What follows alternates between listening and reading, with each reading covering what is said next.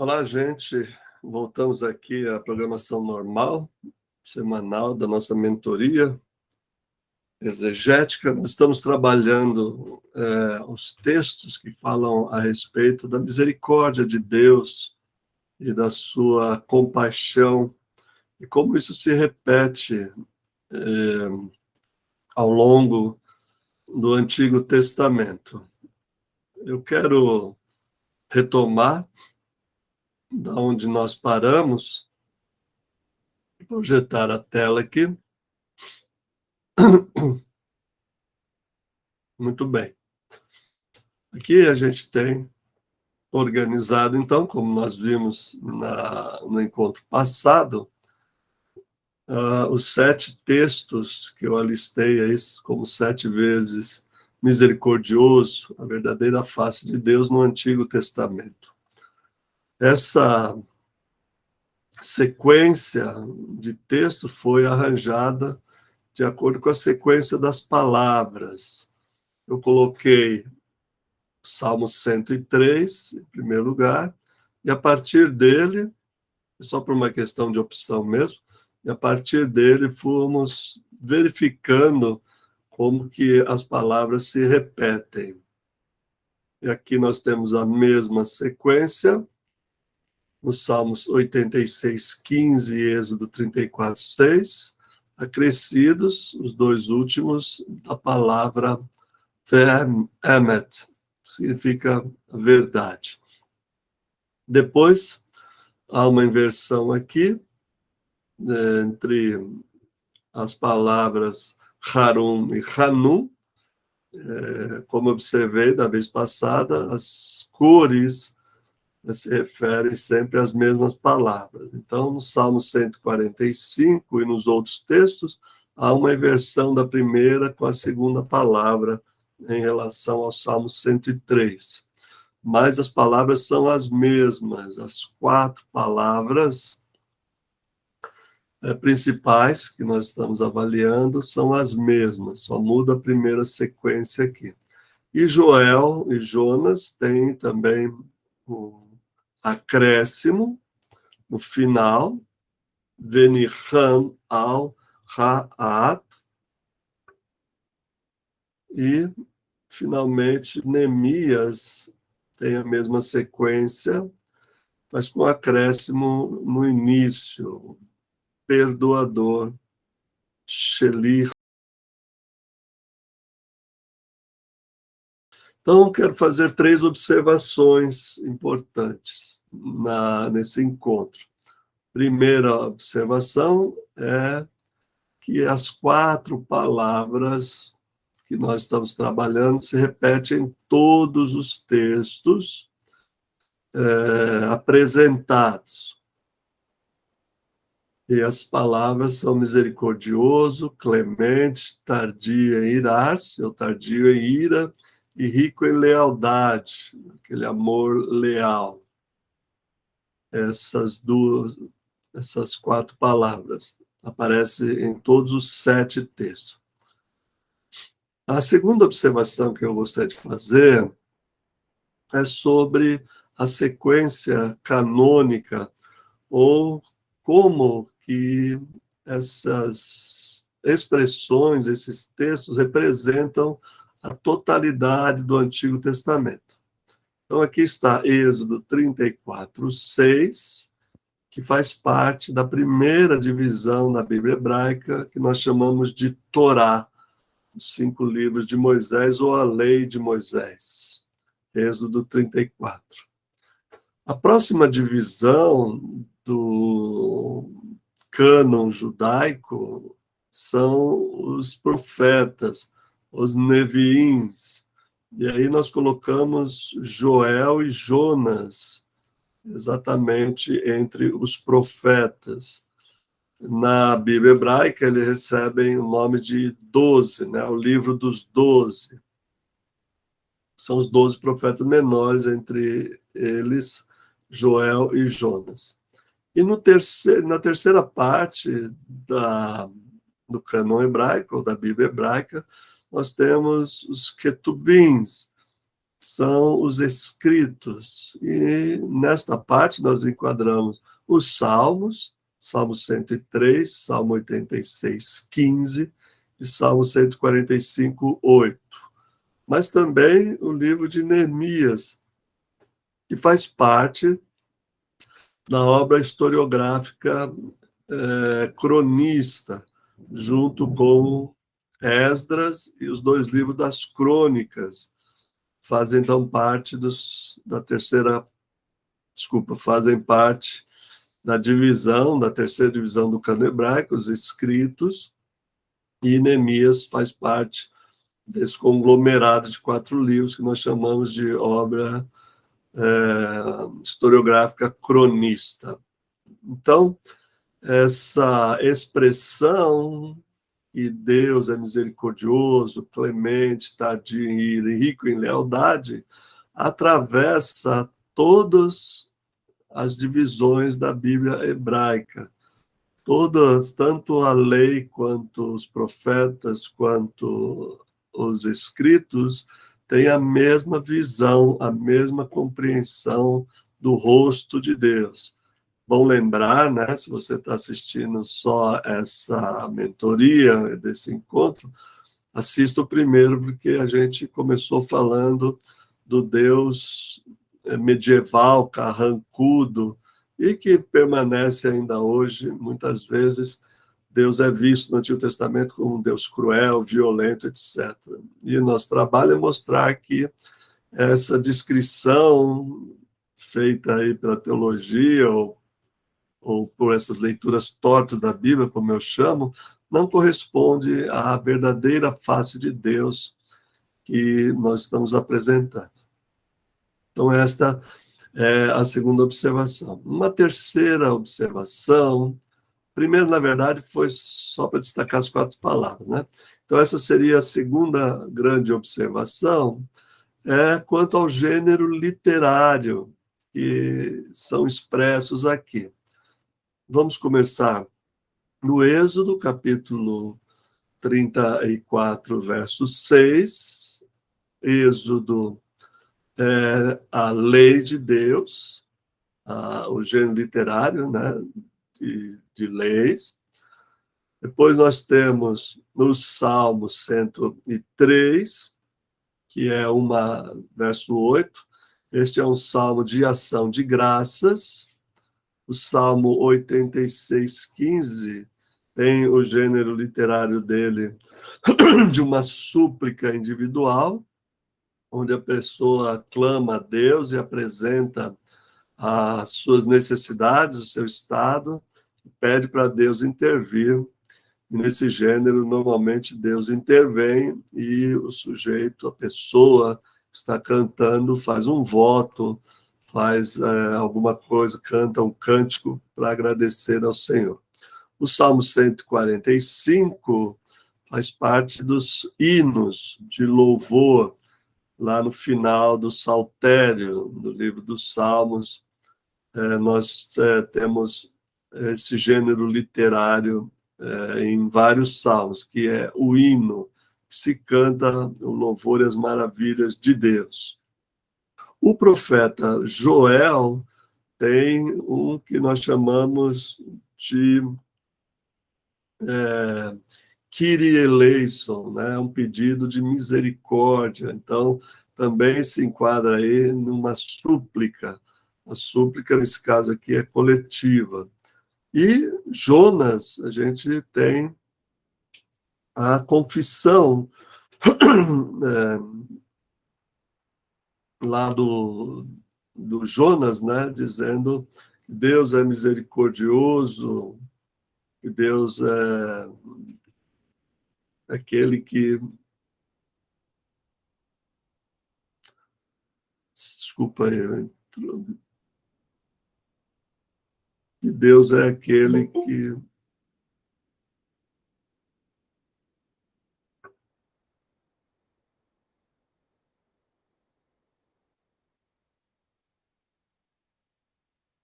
Lá no Eli, boa noite.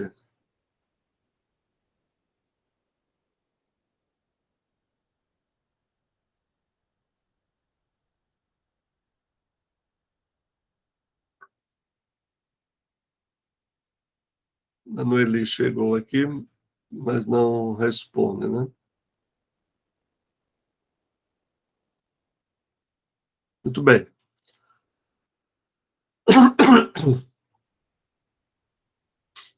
Jonas, então, é aquela confissão que ele faz, dizendo que Deus é misericordioso, que se arrepende do mal, por isso ele desobedeceu. E Neemias, gênero literário de Neemias, é uma confissão coletiva também nesse contexto. Então, esta seria a segunda grande observação que eu faria aqui dentro do nosso texto, dos nossos textos, né, dessa coletânea de textos aqui.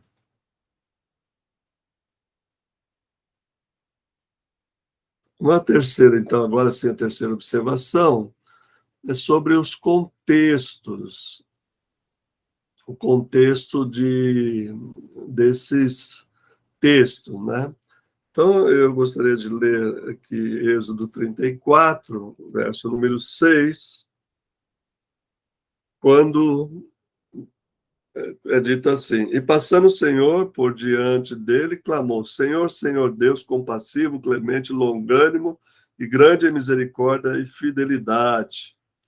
Aqui, o contexto é da entrega das segundas chamadas, né, segundas tábuas da lei.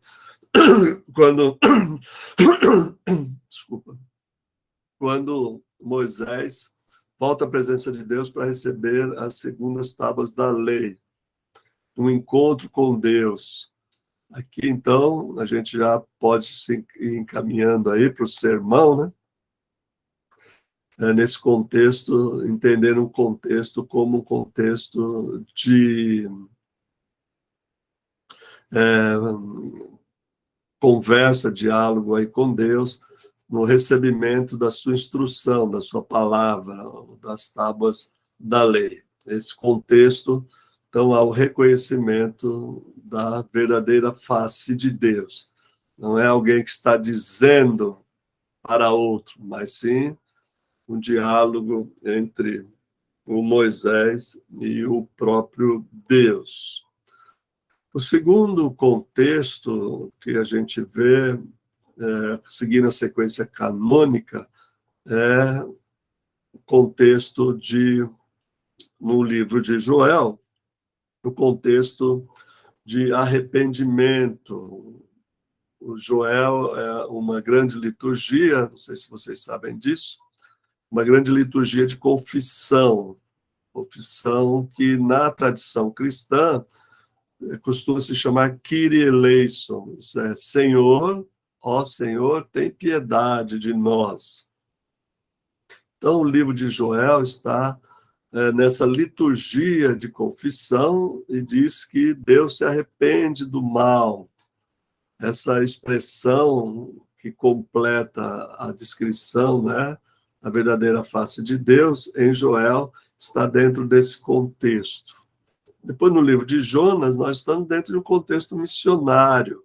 Seja lá o que a gente entenda por missão, o fato é que o Jonas foi enviado para que proclamasse a destruição de Nínive e Deus acabou se arrependendo de fazer isso, porque também o povo de Nínive se arrependeu. A gente chama isso de Ketubá, né? Desculpa, isso não, né? A gente chama o arrependimento lá do grupo lá, né? Na resposta à pregação do Jonas. Está dentro do contexto, então, a misericórdia de Deus se revelando não apenas para os ninivitas, mas especialmente para o Jonas, que tem aí uma noção de que Deus é de fato isso, mas que ele não experimenta e não vive essa verdadeira relação com Deus. As suas palavras são só palavras, não é uma compreensão da fé em Deus. É apenas uma confissão de fé, mas não é uma prática de fé. Nós temos no livro de Neemias, nos escritos, né, o contexto, então, de chamado à confissão, que a gente chama de Kippur. Kippur é a confissão. Tem o Yom Kippur, né, que é o dia da grande confissão do povo, quando se clama por perdão. Aqui, nós estamos dentro desse pedido, então, de perdão. Por isso, Neemias começa com a expressão perdoador, antes, né, antecedendo aí as 4 palavras principais que nós estamos destacando na face de Deus. A palavra perdoador é muito significativa porque está justamente nesse contexto de arrependimento. Nos Salmos, nós temos os 3 contextos mais importantes, vamos dizer, do saltério, assim, que é o contexto do Salmo 103, contexto de ação de graças, quando o povo se reúne ou o indivíduo vai ao templo, oferecer um sacrifício de ação de graças, oferecer um sacrifício de agradecimento, seja individual ou coletivo, para Deus, e reconhece, então, todas essas características da face de Deus, pode ver esse semblante de um Deus misericordioso, clemente, que tarda a irar-se e é rico no amor leal, no chesed, como a gente destacou. O Salmo 86 está no contexto das confissões ou das súplicas, confissões, não, das súplicas individuais. Alguém está passando por algum problema, um problema de morte, uma ameaça do inimigo, alguma doença, ele apresenta a sua situação a Deus, né, e clama por libertação. Nesse texto, é acrescentada a palavra aqui, e verdade, que é quase como uma confiança, né? É a afirmação de que Deus realmente ouve e está firmado na sua própria verdade. E, finalmente, o Salmo 145 é um hino de louvor, que reconhece também essa característica da face de Deus, semblante clemente, misericordioso, não iracundo e expansivo, né, em amor leal. Este salmo, então, canta os louvores de Deus diante da comunidade ou com a comunidade para exaltar o nome de Deus. Então, em resumo, o que a gente tem dentro desse 7 textos, né? A gente tem aí as 4 palavras. A primeira observação, então, é que abrange todos os setores ou as divisões, as 3 divisões as 3 divisões que abrange as 3 divisões do cânon judaico, Torá, Neviim e Ketubim.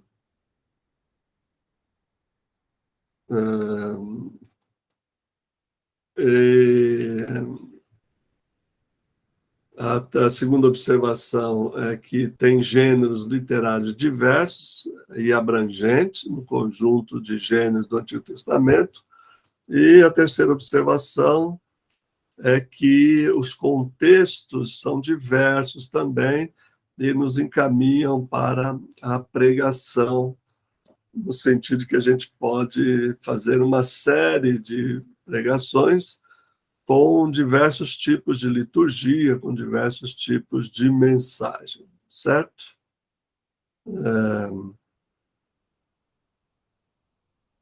Esse, então, essa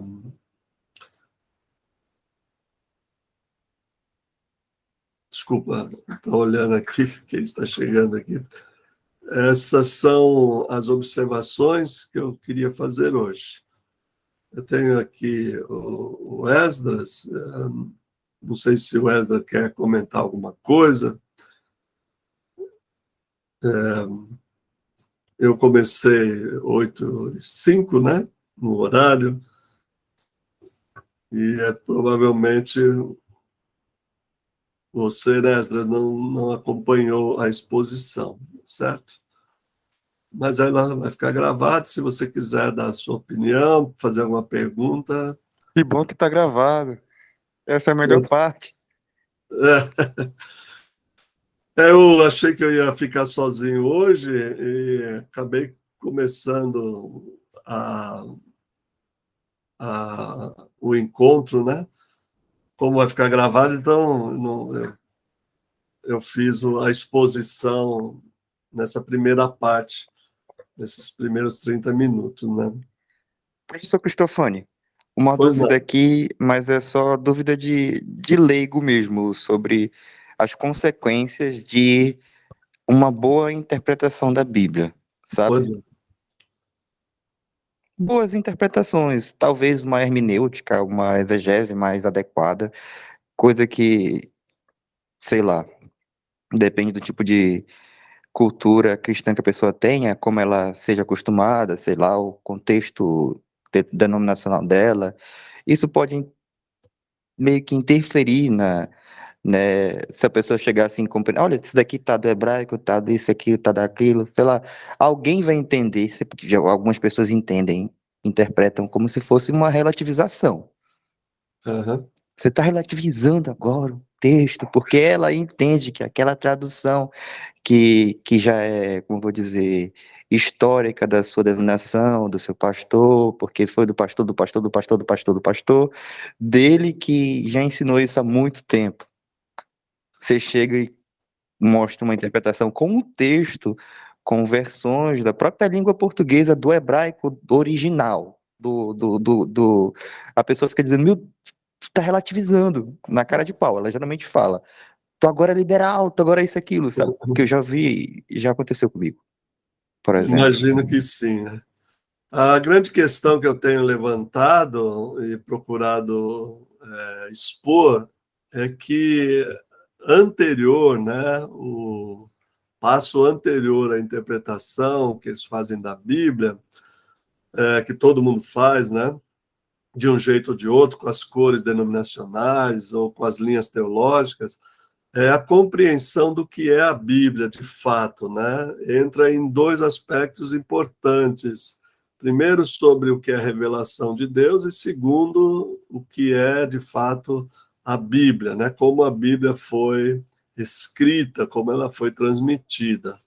Então, o passo anterior, né, que a gente precisa dar a essas pessoas é mostrar que esse fundamentalismo ou conservadorismo de achar que a Bíblia é um livro psicografado, que Deus jogou o livro pronto na nossa cabeça, que a Bíblia é inerrante, que a Bíblia é uma revelação plena de Deus, no sentido de revelação final, que Deus não se manifesta mais, e que nós aprisionamos Deus no texto bíblico, né? É essa primeira concepção errônea que precisa ser desfeita, porque tudo decorre do ponto de partida da onde você está,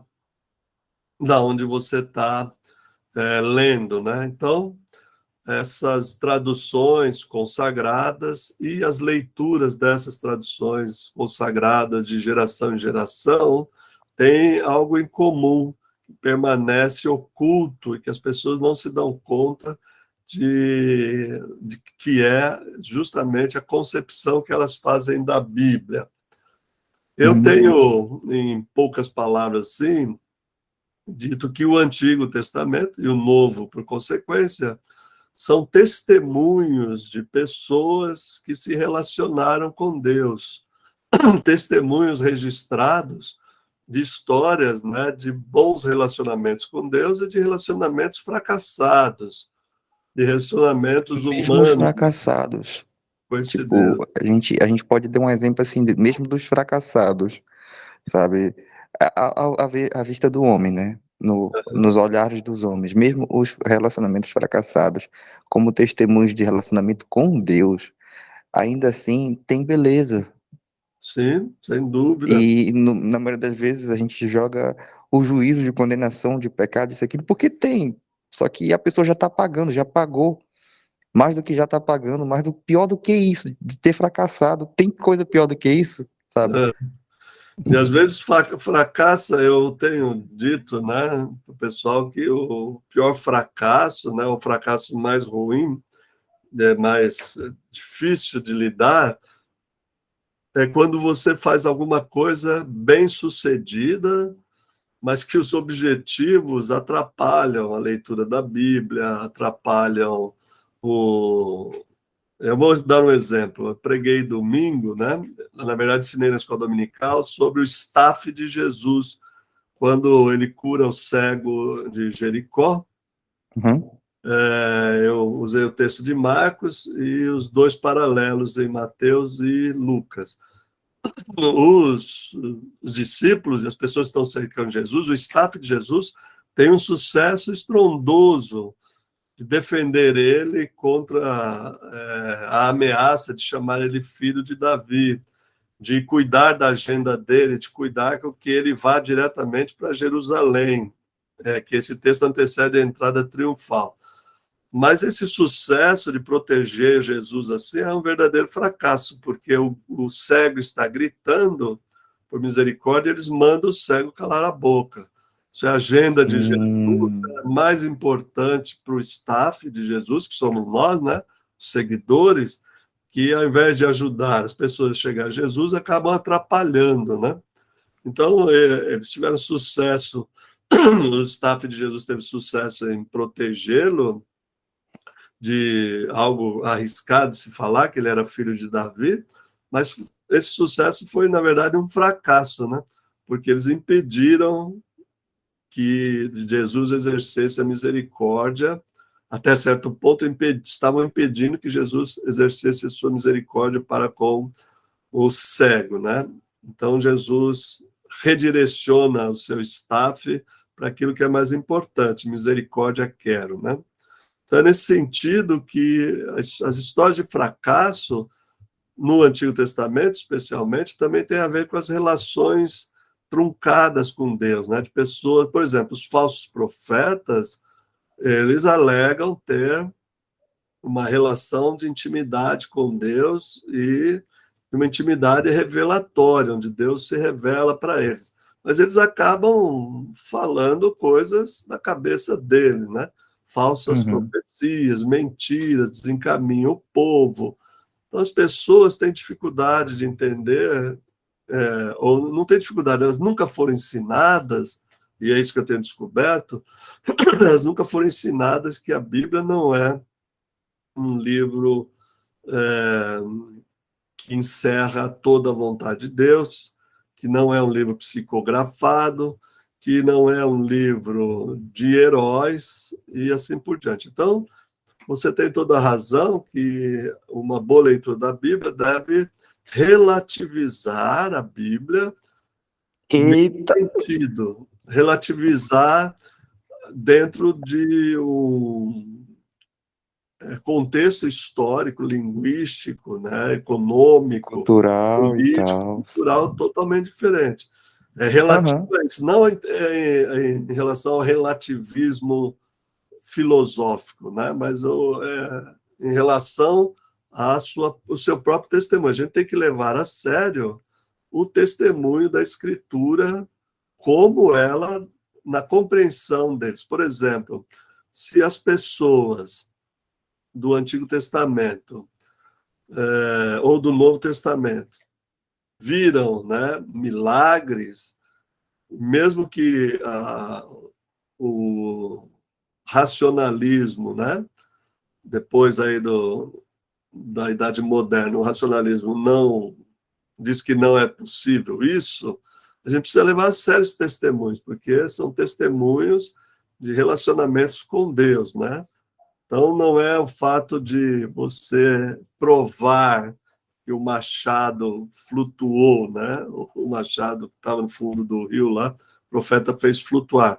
Mas o significado dessa palavra para aquelas pessoas e para nós hoje, né? Sim, sim, sim.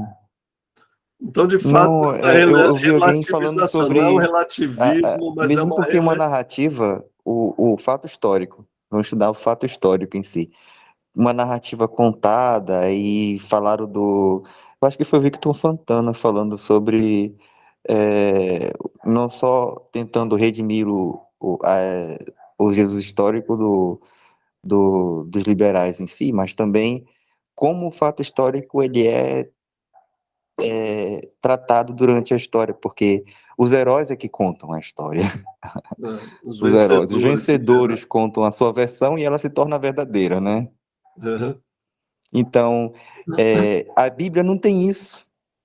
Ela não é uma história de. É isso que é o mais lindo dela, que a gente ignora.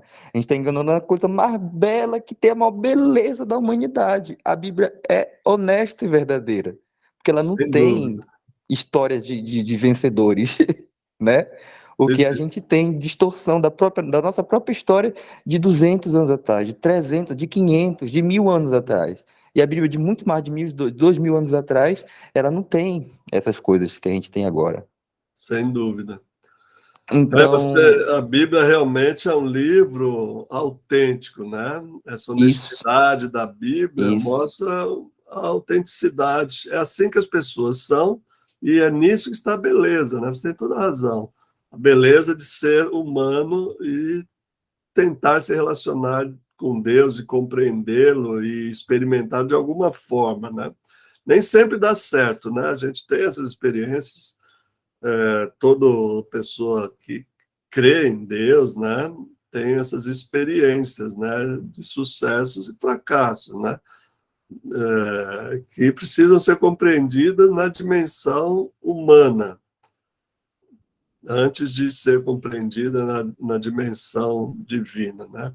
E o fato histórico em si, né, os teólogos do Antigo Testamento, von Rad e outros, já dizia que, e mesmo a filosofia e a história como disciplina, elas não têm, não é possível você acessar o fato histórico em si, porque a narrativa do fato histórico já é uma interpretação do que aconteceu. Então, eu sou daqueles que acham que o acesso ao fato histórico bruta facta, isso é, na sua originalidade, é impossível. Mesmo que você narre um evento histórico, você está narrando de um ponto de vista, você está interpretando, você está colocando elementos dentro do fato histórico e ele deixa de ser fato, passa a ser narrativa do fato, né? Isso é uma outra compreensão que ajuda muito a superar esse dualismo dicotômico, né? Isso é, de duas faces, que se é verdade ou não. A questão é a seguinte: você tem um fato, ele aconteceu, e você tem versões do fato, né? Eu lembro sempre daqueles guardas que estavam guardando o sepulcro de Jesus, e ali há um fato relevante. De fato, Jesus ressuscita, dizem os discípulos. E os guardas são subornados para dizer que os discípulos roubaram o corpo de Jesus à noite, né, para Uhum. dizer que Jesus tinha ressuscitado. Então você tem um fato histórico com duas interpretações distintas, né, contraditórias e que tentam se superar, uma tenta anular a outra. Então, você tem outro exemplo que eu lembro sempre as pessoas é quando Davi, no segundo livro de Samuel, faz o levantamento do censo de Israel. A Bíblia diz, o livro de Samuel diz que Davi foi motivado por Deus. E o mesmo texto narrado no livro das Crônicas, o mesmo censo que Davi levanta do povo de Israel, o livro das Crônicas diz que foi Satã, né, que motivou Davi, que incentivou Davi a fazer o censo. Então você tem o mesmo episódio, se aconteceu ou não, já não está mais em questão. Está em questão são as versões daquilo que aconteceu, né? Uns disseram que é Deus e outros disseram que é Satanás. E aí não é uma questão de você escolher apenas, mas é uma questão de você avaliar que sentido fazia para eles dizer isso ou aquilo, usar esta ou aquela versão da história, né? Então, esse é uma questão sempre é debatido, sempre volta-se ao mesmo ponto, de que a gente está relativizando, que a gente está liberalizando, que a gente está atualizando, e o que é necessário, né, fazer é necessário, não tem como, Atualizando. Sei, para usar a sei. expressão do, Uhum. Do do Kivitz. Kivitz, né? Pois é. Não, mas eles fazem isso de todo culto de domingo. É, Eles que atualizam bom, né? um pouquinho, né? É, Assim, o problema é que às vezes eles atualizam segundo a visão fechada e hermética que já está vigente no contexto deles, né? sim, Para corroborar com as suas próprias perspectivas e já visão limitadas, e às vezes conhecendo, não estou dizendo nem se conhecer, às vezes conhecendo a interpretação, conhecendo o original, conhecendo o trecho do original, mas sempre coisas que ele pode lhe dar para manter o que já tem. sim, Nada para poder ir para além do que ele não conhece. é, Porque o que é desconhecido é perigoso. sem, Perigoso principalmente porque para o que ele quer tem mantido. Cada um, sabe? Eu digo assim, meu Deus do céu, professor Cristofani,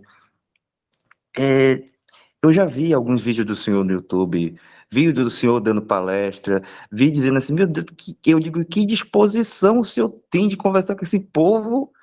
Não vou dizer que é cabeça dura, ignorante, burro, estúpido, maluco, sei lá o que esse povo todo é. Como é que alguém tem tanta paciência de falar com tanta calma? Porque eu já estava gritando e xingando isso há muito tempo, sabe? Não dá, não dá. Como é que alguém tem. Não, meu Deus do céu, que coisa absurda. Tu nunca leu a Bíblia, não? Já tá lendo aí, lê de novo. Tu tá vendo o que você tá fazendo aqui? Você fez com aquele dali, mexeu com isso daqui. Tu tá vendo que você tá vendo a estupidez que você fez? Olha só, todo mundo vai acreditar nessa tua leseira agora, tá vendo tudo que... Não. eu Aí eu imagino que fico. isso é um dom, né? Na verdade, o que eu procuro fazer, né? Agora eu voltei, depois de 3, 4 anos sem pastorear, voltei a pastorear, estou pastoreando uma comunidade, e eu vou levando assim com eles, né? Mostrando as interfaces bíblicas com a realidade, com o aspecto humano. É um trabalho. Eu tenho um grande amigo biblista também, chamado Luiz Dietrich. Nós trabalhamos muito tempo junto em leitura popular da Bíblia, um grande Ele é amado descendente do amigo. Bonhoeffer? Esse aí também Não? esse aí é meu ídolo também. E ele Aí. dizia assim: olha, o nosso trabalho é um trabalho de formiguinha, né? Nunca mais esqueci isso. Não vamos fazer grandes coisas, vamos levar a nossa parte da terra, né, para fora do formigueiro, desobstruir os canais, para que possa entrar ar, para as pessoas possam circular, né? A gente é um grande formigueiro e a gente tem um trabalho a fazer, vamos fazer. Então, eu faço isso em todo lugar, né? E eu acredito numa coisa Uhum. que, com o tempo e com não é água mole, imperadura, tanto bate até que fura, não, mas se você puder dar uma visão panorâmica geral, as pessoas começam a entender, porque elas nunca tiveram isso. Não é que elas são estúpidas, ignorantes, não é porque elas não foram ensinadas, né? Os pastores e as pastoras se recusam a ensinar, né? Às vezes nem eles mesmos sabem, né? Mas se recusam a ensinar com Sim, sim. paciência. Não, mas quando aparece alguém tipo, eu vou dizer tipo eu, mas alguém com essa pretensão, com esse desejo de ser uma coisa que eu não sou, sabe? Não sou Uhum, professor de hebraico. Não tenho compreensão ampla da Bíblia, mas um pouquinho de compreensão ampla da Bíblia já me faz entender que eu sou muito ignorante sobre ela. é, Mas ver um ignorante maior ainda se achando mais sábio do que eu, é absurdo, sabe? Muito absurdo. É tão revoltante a ponto de eu colocar na cara dele a ignorância dele e ele me chamar de herege por conta disso. uhum. O, Mas o eu xingamento mais só queria te leve falar é que a gente herege, está porque. gravando, tá bom? Está sendo Ah, gravado isso aqui. Não tem problema, ixi, não, né? tem não, tem não, tem problema não. Tá no grupo restrito lá, não vou Tá, publicar. tá. Não, o meu medo é mais ou menos isso. É porque eu não escuto todas as pessoas que são tidas como liberais, por relativizador e tudo mais. Eu escuto aqui um Vitor Azevedo, o Redger Kivitz, coisa e tal. E eu tento assim, não, eu não vou copiar tudo que esse homem está falando, eu não vou copiar tudo que ele está entendendo, não, não vou. Eu vou entender de mim mesmo antes de buscar entender tudo que ele fala, para a pessoa não ficar dizendo que eu estou copiando a pessoa, sabe? Uhum. Assim como eu faço com o senhor também. Eu gosto de ver aquelas coisas pontuais aqui. Onde é que ele tirou isso? Vou lá atrás. Ele tirou isso daqui, daqui, daqui. Tá, vou lá e vou ver como é que ele fez. Quando tenho tempo, porque, sabe, é exaustivo fazer um negócio desse mesmo, sozinho. É bom Uhum. você pegar tudo que a pessoa já fez. Tipo, você já tem tudo mastigado, é legal, mas dá trabalho também você, sabe? Relaborar tudo, né? O É, que, e. o que, o que a gente está fazendo nesses encontros é justamente dar as ferramentas e dar as direções, os direcionamentos para que vocês tenham condições de, por conta própria e não fazer aplicando o mesmo procedimento em outros lugares da Bíblia, né? É um trabalho lento, demorado. E uma coisa que eu aprendi, duas coisas importantes. Primeiro, que o que os outros já fizeram, que outras pessoas já fizeram, no caso leitura bíblica, é bobagem a gente refazer, porque está lá feito. Por exemplo, um bom dicionário hebraico já está feito, não preciso mais me preocupar com isso. Seria tolice repetir as mesmas coisas. Em segundo lugar, que as ideias não têm dono, né? O que tem dono são os hum, métodos de apresentar a ideia, a forma. E a gente vai, tudo isso que eu digo, eu cheguei a esse ponto depois de estar aí trabalhando 35, quase 40 anos com a Bíblia, o acúmulo de muitos conhecimentos de muitas gerações, né, que eu aprendi com meus professores, com os livros, e vou acrescentando as minhas maluquices também, como o pessoal diz, né? Meus pontos de vista, minha análise crítica. A gente você vai pondo aí uma pitadinha, né? De pessoal, mas você vai encontrar muita coisa disso que eu falo em livros, né? Que é outra coisa também que os professores não não indicam, né, as fontes onde foi beber, né? Eu participei uma aí eu não vez sei de se um. isso é por medo. É, Ou se isso é também por, talvez, seja lá, ele não quer ensinar, não quer que a pessoa tenha autonomia, né? Não quer dar autonomia ou tá com medo de que sim, aquela sim. fonte denuncie a si mesmo, de alguma É. maneira. Isso Então, é bem tranquilo, né? Falar onde as fontes que eu bebi. Aí o pessoal quer saber em que livro você tirou isso. Bom, não é de um livro só, né? Sobre o Antigo Testamento eu já li, não sei se milhares, mas centenas de coisas aí. Então, fui juntando os pedaços, né, e fazendo a minha própria coisa. Eu tive uma experiência uma vez, era um encontro de professores de seminário e um diretor de um seminário que ia dar palestra, ele levou o texto e aí eu pedi, né, falei, o senhor trouxe a apresentação, compartilha com a gente. Falei, se eu compartilhar, eu não tenho o que falar. Como se o que ele fosse falar era só o que estava escrito, né? Quer dizer, a gente não ia ter acesso à fonte dele. Eu acho isso uma grande bobagem, né? Eu prefiro indicar todas as fontes onde a gente faz essa